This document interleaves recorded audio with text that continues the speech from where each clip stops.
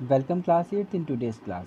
Students, in our previous class we have started civics chapter first, the Constitution of India, and I have explained some new key terms of this chapter. हम लोगों ने last जो class था हमारा previous class उसमें हमने इस chapter से में इंट्रोड्यूस हुए कुछ नए की टर्म्स जो हमारी बुक में दिए हुए हैं उसको एक्सप्लेन किया गया था और हम लोगों ने उसे समझ लिया था।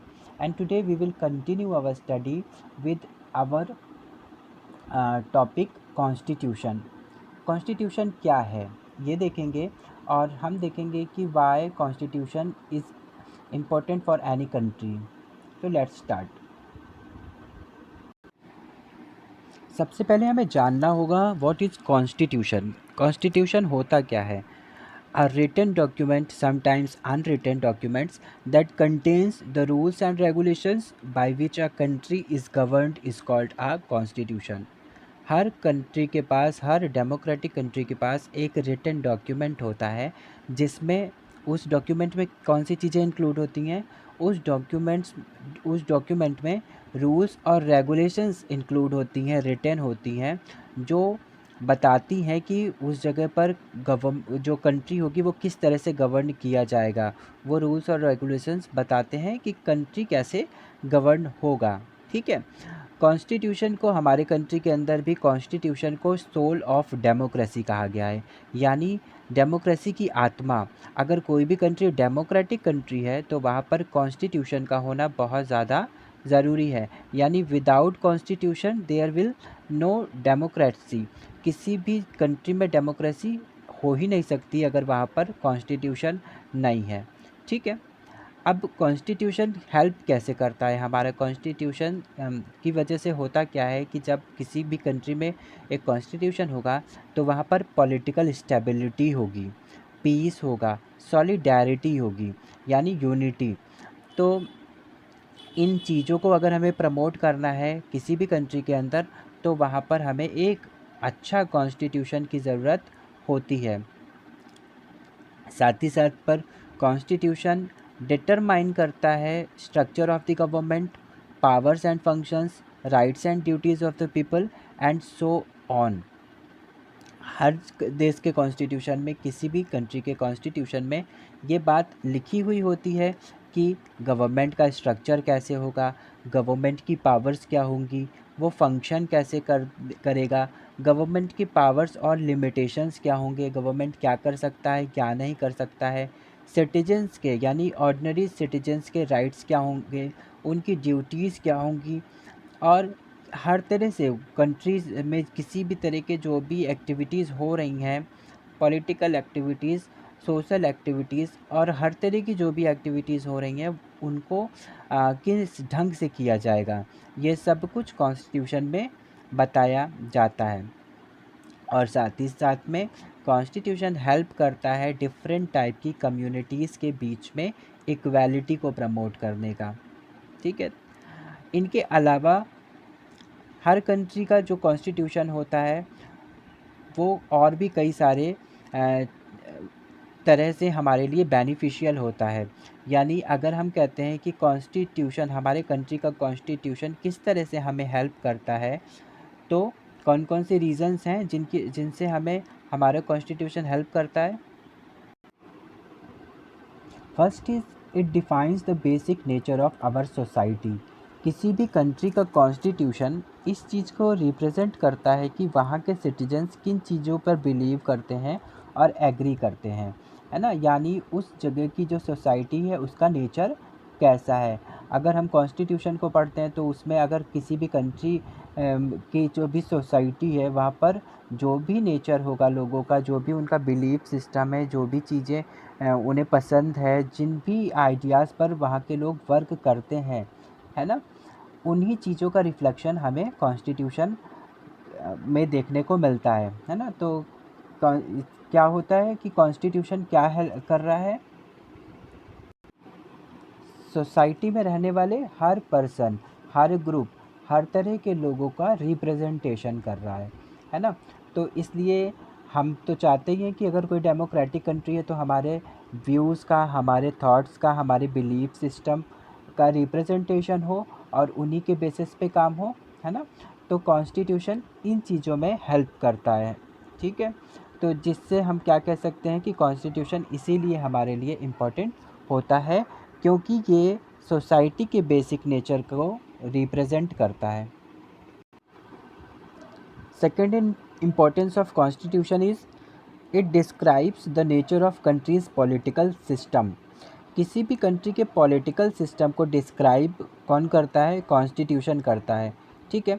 अगर हम कॉन्स्टिट्यूशन को देखते हैं तो कॉन्स्टिट्यूशन में हमें पूरे कंट्री के पॉलिटिकल सिस्टम के बारे में जानने को मिल जाता है कि कोई भी कंट्री जहाँ का भी वो कॉन्स्टिट्यूशन है वहाँ का पॉलिटिकल सिस्टम कैसे होगा, लोग कैसे अपॉइंट किए जाएंगे, लीडर्स कौन होंगे, रिप्रेजेंटेशन किस तरह से होगा, कितने परसेंट में किस तरह की कम्युनिटी को, किस तरह के लोगों को हम रिप्रेजेंटेशन करने का मौका देंगे।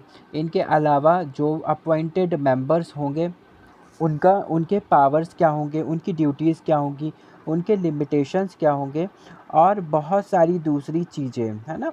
तो क्या करता है कॉन्स्टिट्यूशन? कॉन्स्टिट्यूशन डिस्क्राइब करता है किसी भी कंट्री के पॉलिटिकल सिस्टम को। तो अगर हम किसी भी कंट्री के पॉलिटिकल सिस्टम को समझना चाहते हैं तो अगर हम कॉन्स्टिट्यूशन पर एक नज़र मार लेते हैं और देख लेते हैं, कॉन्स्टिट्यूशन की स्टडी कर लेते हैं, तो हम बहुत ही आसानी से किसी भी कंट्री के पॉलिटिकल सिस्टम को समझ सकते हैं। क्लियर? तो हमारा कॉन्स्टिट्यूशन क्या करता है? हमारा कॉन्स्टिट्यूशन तय करता है कि हमारे कंट्री के अंदर किस तरह का पॉलिटिकल सिस्टम चलेगा, यानी एक पूरी डायरेक्शन देने का काम पॉलिटिकल सिस्टम को कौन कर रहा है? कॉन्स्टिट्यूशन कर रहा है। इसीलिए कॉन्स्टिट्यूशन हमारी कंट्री के लिए, हमारे लिए बहुत इम्पोर्टेंट होता है। Next is constitution protects the interest of minority.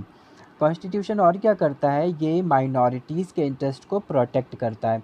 कई एग्जांपल्स हम लोगों ने देखे हैं वर्ल्ड वाइड भी, जहाँ पर हमने देखा कि जो माइनॉरिटीज़ हैं, यानी ऐसे लोग जिनके नंबर्स कम है, जिनकी संख्या कम है, जिनकी पॉपुलेशन कम है किसी भी जगह पर, वहाँ पर मेजॉरिटी पॉपुलेशन के लोगों ने हमेशा से डोमिनेशन किया है, यानी किसी न किसी वे में डिस्क्रिमिनेशन हो रहा है, डोमिनेट किया जा रहा है माइनॉरिटीज़ को, है ना। लेकिन ये क्या कोई किसी डेमोक्रेटिक कंट्री के अंदर अगर ऐसी चीज़ें हो रही हैं तो क्या वो फेयर है? नहीं, अनफेयर है। डेमोक्रेटिक कंट्री के अंदर ये चीज़ें बिल्कुल भी नहीं हो सकती, है ना। तो अगर कॉन्स्टिट्यूशन है किसी कंट्री के अंदर तो कॉन्स्टिट्यूशन हमें क्या प्रोवाइड कर देता है? माइनॉरिटीज़ को प्रोटेक्शन प्रोवाइड कर देता है, ठीक है। जैसे हमारी कंट्री के अंदर भी माइनॉरिटीज़ को प्रोटेक्शन दिया गया है कि उनका कोई भी डोमिनेशन नहीं हो सकता, कोई भी उनके साथ डिस्क्रिमिनेशन नहीं होगा, उनको भी वही राइट्स हैं, उनको भी वही अपॉर्चुनिटी है जो मेजॉरिटीज़ को है ना। तो ये काम तभी पॉसिबल हो सकता है किसी भी कंट्री में जहाँ पर मेजॉरिटी और माइनॉरिटी के बीच में डिफरेंसेस क्रिएट करना नहीं चाहते हम। कैसे पॉसिबल हो सकता है? सिर्फ़ और सिर्फ कॉन्स्टिट्यूशन मेकिंग के बाद ही ये चीज़ें पॉसिबल हो सकती है। इसीलिए हमारा कॉन्स्टिट्यूशन हमारे लिए बहुत ज़रूरी है। इनके अलावा it protect us against choices that might have undesirable effect on rules and principles that the country believes in. इनके अलावा कॉन्स्टिट्यूशन प्रोटेक्ट करता है हम सभी लोगों को ऐसे अनडिज़ायरेबल इफ़ेक्ट्स से जो कि कोई भी कंट्री या कोई भी जो रूलर होगा वो लेता है, ठीक है। तो कई बार होता है कि जहाँ पर कॉन्स्टिट्यूशन रिटन नहीं होता है वहाँ पर जो रूलर्स होगा, जो किंग होगा या जिसकी गवर्नमेंट होती है, वो किसी भी तरह के डिसीजंस को लेने के लिए बिल्कुल फ्री होता है ना। तो वो अपने ओपिनियन के बेसिस पे कुछ भी तरह के लॉज और रूल्स बना सकता है, ठीक है। जिसको क्या करना होता है, जिसको कॉमन सिटीजन्स को फॉलो करना ही पड़ जाता है, ठीक है। लेकिन जब कॉन्स्टिट्यूशन बन जाता है किसी भी जगह पर तो सिटीजन्स को प्रोटेक्शन मिल जाती है कि ऐसे जो रूल्स होंगे, ऐसे जो प्रिंसिपल्स होंगे जो हमारे लिए अनडिज़ायरेबल होंगे, हम उनके अगेंस्ट जा सकते हैं, है ना। तो ये एक अच्छी बात होती है हमारी कॉन्स्टिट्यूशन की, जो जिसकी वजह से हमारा कॉन्स्टिट्यूशन हमारे लिए इम्पोर्टेंट बन जाता है। क्लियर? अब आते हैं नेक्स्ट टॉपिक पे, वो है द इंडियन कॉन्स्टिट्यूशन। हमारे इंडियन कॉन्स्टिट्यूशन के बारे में अब हम पढ़ेंगे कि कैसे ये बनाया गया, कैसे फ्रेम किया गया, ठीक है। तो फ्रेमिंग के लिए जो सबसे पहला स्टेप उठाया गया था वो था मेकिंग ऑफ कॉन्स्टिट्यूएंट असेंबली। एक असेंबली बनाई गई थी, एक सभा बनाई गई थी जिसको कॉन्स्टिट्यूएंट असेंबली नाम दिया गया।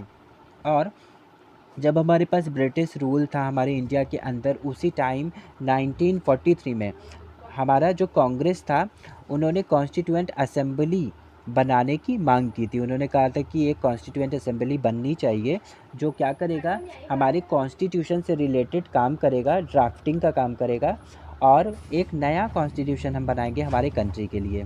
ठीक है। इसके बाद फिर ये सारी चीज़ें शुरू हुई। 43 से ही आइडियाज़ थे लोगों के पास। जब जबकि ये काम कब पॉसिबल हो पाया, दिसंबर 1946 में, with doctor Rajendra Prasad as its president.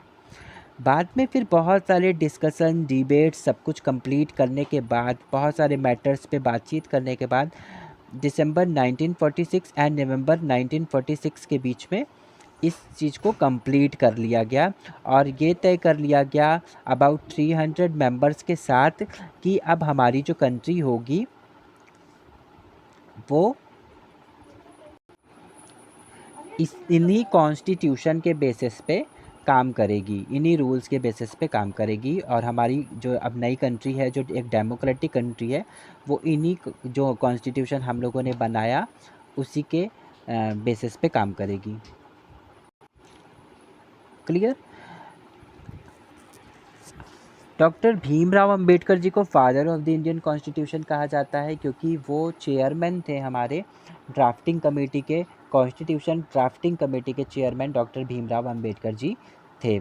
इन सभी चीज़ों में बहुत ज़्यादा टाइम लगा, अराउंड 3 इयर्स का टाइम इन सभी चीज़ों में मतलब लगा। और फिर लास्ट में अप्रूव होके हमारा कॉन्स्टिट्यूशन 26 नवंबर 1949 को बिल्कुल तैयार हो गया रिलीज़ करने के लिए। क्लियर। अब नेक्स्ट जो है हमारा वो है challenges faced by the framers. अब जो इतने सारे लोग लगे हुए थे, अबाउट 300 मेंबर्स कॉन्स्टिट्यूएंट असेंबली में, जिन्होंने मिलके कॉन्स्टिट्यूशन मेकिंग का काम किया। तो क्या ये काम बहुत इजी था जो इतने लोगों ने मिलके बहुत ही आसानी से 3 साल से भी कम समय में कंप्लीट कर लिया? नहीं, बहुत सारे चैलेंजेस थे जो हमारे कॉन्स्टिट्यूशन फ्रेमर्स के सामने थे। हमारी इंडिया एक बहुत ही डाइवर्स कंट्री है ना, यहाँ पर डाइवर्सिटी है, डिफरेंट लेवल्स पर डाइवर्सिटी है, बहुत सारे डाइवर्सिटीज़ देखने को मिलते हैं यहाँ पर। हमारे पास डिफरेंट कम्युनिटीज़ हैं जो बहुत सारे अलग अलग तरह के लैंग्वेजेस को यूज़ करते हैं, बोलते हैं।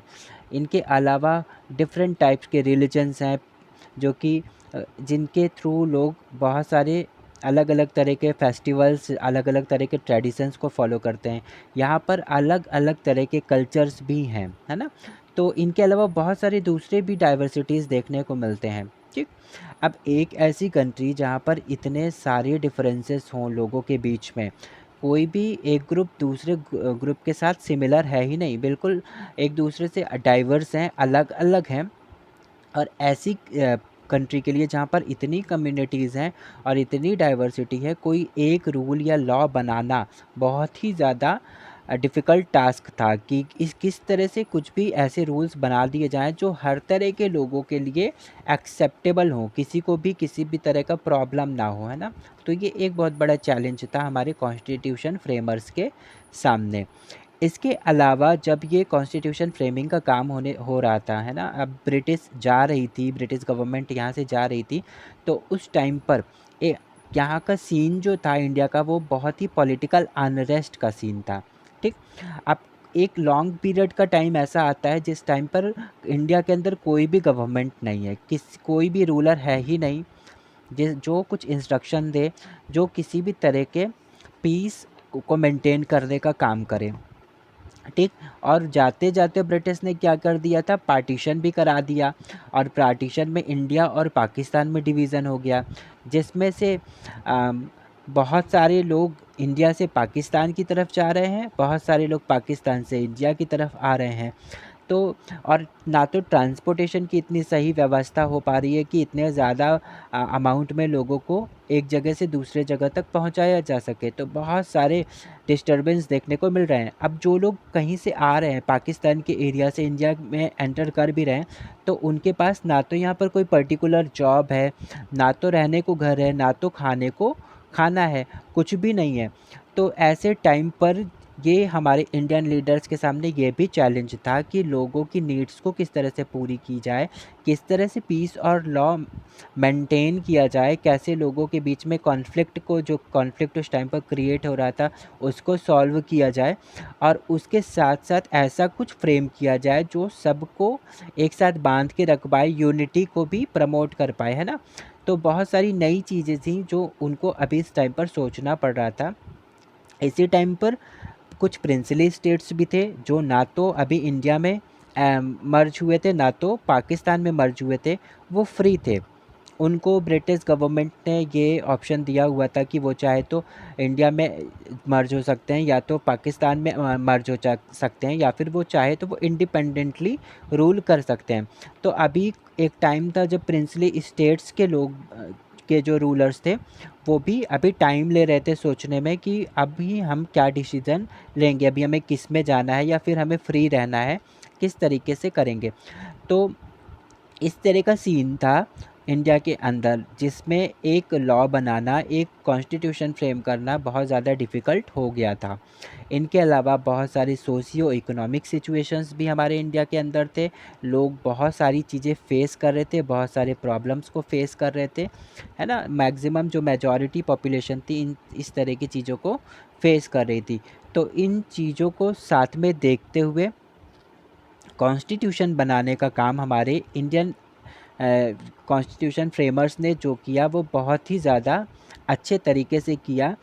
और ऑलमोस्ट इन्होंने हर तरह के सोशल ग्रुप को, हर तरह के रिलीजन को, हर तरह के जो भी कल्चरल डाइवर्सिटीज़ थी, उन सब को ध्यान में रखते हुए एक बेस्ट क्वालिटी का कॉन्स्टिट्यूशन फ्रेम किया। क्लियर। तो इस तरह से हमारा इंडियन कॉन्स्टिट्यूशन फ्रेम हो पाया इतने सारे चैलेंजेस के बाद और इतने लॉन्ग प्रोसेसेस के बाद। ठीक है।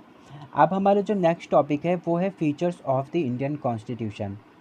हम पढ़ेंगे कि हमारे इंडियन कॉन्स्टिट्यूशन के क्या फ़ीचर्स हैं, कौन कौन से वो ऐसे एलिमेंट्स हैं इंडियन कॉन्स्टिट्यूशन के अंदर जो हमारे इंडियन कॉन्स्टिट्यूशन को स्पेशल बनाते हैं, है ना। उसकी विशेषताएं क्या हैं, क्वालिटीज़ क्या हैं। ठीक है। तो हमारा ये नेक्स्ट टॉपिक होगा और इसे हम पढ़ेंगे हमारे नेक्स्ट क्लास में। Clear. In homework you have to find out book exercises. सारी बुक एक्सरसाइजेस को फाइंड आउट करो and do it in your book and send it in our class group. Okay, now we will meet in our next class. Till then, take care and have a nice day.